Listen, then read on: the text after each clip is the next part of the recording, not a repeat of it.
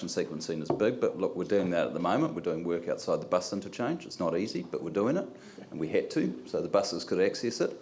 We're looking at doing it around the hospital as well. So it is really a matter of construction sequencing, and it takes a lot of work, but you can do it.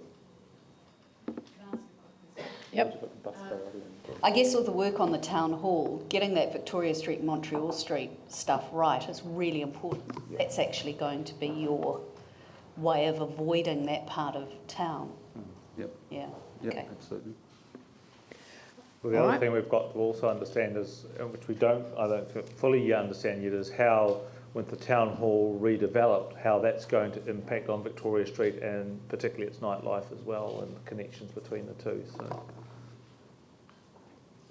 Yep. Can I just check on your NZTA assumption? Because when we met with NZTA, it was my clear understanding that many of these projects will not qualify. In the consultation document, you've assumed normal NZTA funding, and I'm not sure actually what that means in terms of it's my understanding that... But these are gross figures, we've already been told that, so they don't include the assumptions? That's right. Yeah. The rates impacts, I've assumed some NZTA funding to come to the rates impact at a net level, but the figures we're talking about here are the gross level.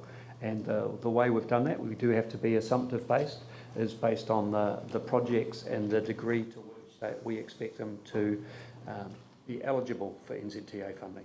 So that's the approach we've taken, consistent with every other part of the long-term plan that's eligible for NZTA funding as well. I'm just trying to understand, out of these projects, what is the quantum that you've budgeted for the NZTA funding? None of these numbers have got the budget in them, but Peter, can you tell us what the assumption is? This one. No, we're not operating off that now, Yanni. But we've got the same cost. So if you take Victoria Street, which is a really good example. Yanni, I don't want to have a debate with you. I just want to get financial I'm information. just asking for you.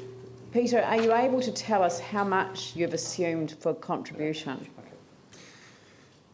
Through you, Madam Chair, all of these projects are extracted from what were the transport-led schemes in the Phase 2 programme.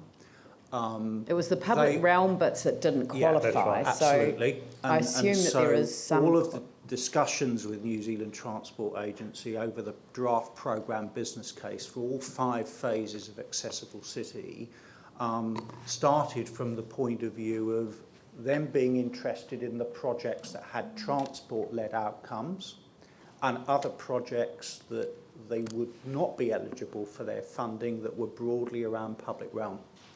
And so these projects that you see here have been extracted from the transport programme. New Zealand Transport Agency have seen all of the iterations of the draft programme business case, and our understanding is that they are broadly comfortable within the normal funding arrangements of us seeking support funding from them, that these are eligible projects for us to seek funding. Obviously, we can't go to the next point. The assumption in the plan is 48% in 2016, 49% in 2017, 50% in 2018. But don't forget, I mean, that will, the degree to which that funding comes through will vary for different elements of any given. So, I mean, it's a broad take based on normal funding criteria. Yeah. The overall programme business case rests upon the premise of it being a total programme, and therefore all the projects effectively feed off one another in terms of their benefits. All of them as a programme in toto deliver high BCR ratings, benefit cost ratios in NZTA's terms. And so our understanding is that they've accepted that principle, that this is a benefit cost analysis for the entire programme. That's what they accepted in the streamlined business case for the first phase programmes that have already been approved. So our presumption would be, as we open discussions with them over subsidy for individual schemes, is that we would be starting the conversation from that viewpoint, that they accept there is a good programme business case for all of it, and therefore we are then seeking funding for individual schemes. So if we we've got 29 million, we would expect that we would fund about half of that roughly.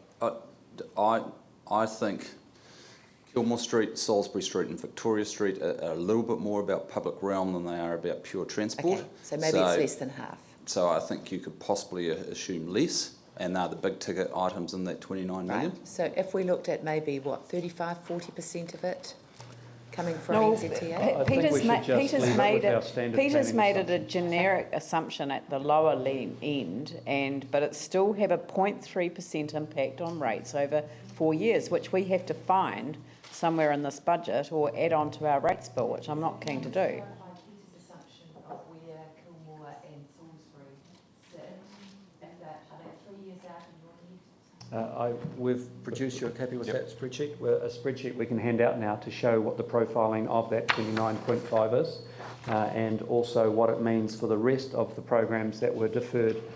Peter, I'm just going to do this one. Just do this one. But if you wouldn't mind.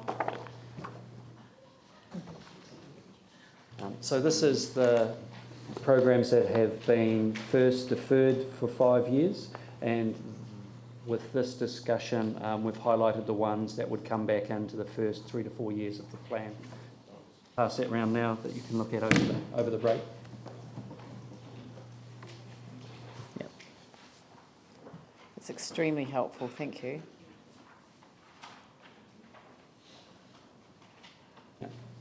Please note to avoid confusion that these are in uninflated dollars, as opposed to the capital program, which is in inflated dollars when we get to that. Thanks, Peter. All right, so I think that we will move to have a break now, and it is 11:14. So are you happy to come back at 11:30? That's fine. Okay, right. Will we have the information from staff back on the question of the Kilmore and Salisbury upgrade in particular by that time? So around what the cost of just the one-way would be versus the other enhancements. You mean not proceed with the separate cycleway? So, the Kilmore and Salisbury, if we were to look at just the traffic management aspect only, so including the cycleway and whatever provision there is for buses and so on, but without any other enhancements? Or are they the enhancements that Yanni was referring to? Well, I think what I heard from Tim was actually a lot of what you might call the enhancements are around actually delivering on segregated cycleway. Yeah. All right.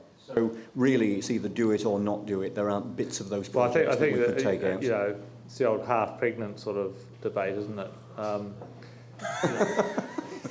don't know what that is. So I think that you might save in actually not delivering it, but the cost of re-engineering a physically separated cycleway and after you've done a full road camber alignment is actually quite expensive, I would have thought. So I would suggest you do it or you don't do it. Yeah, no, that answers the question. Thank you. Thank you very much, and thank you. I think it's been a really helpful presentation, and you've obviously done a lot of background work into it, so that's much appreciated. And we'll see you all back here at 11:30. Thank you.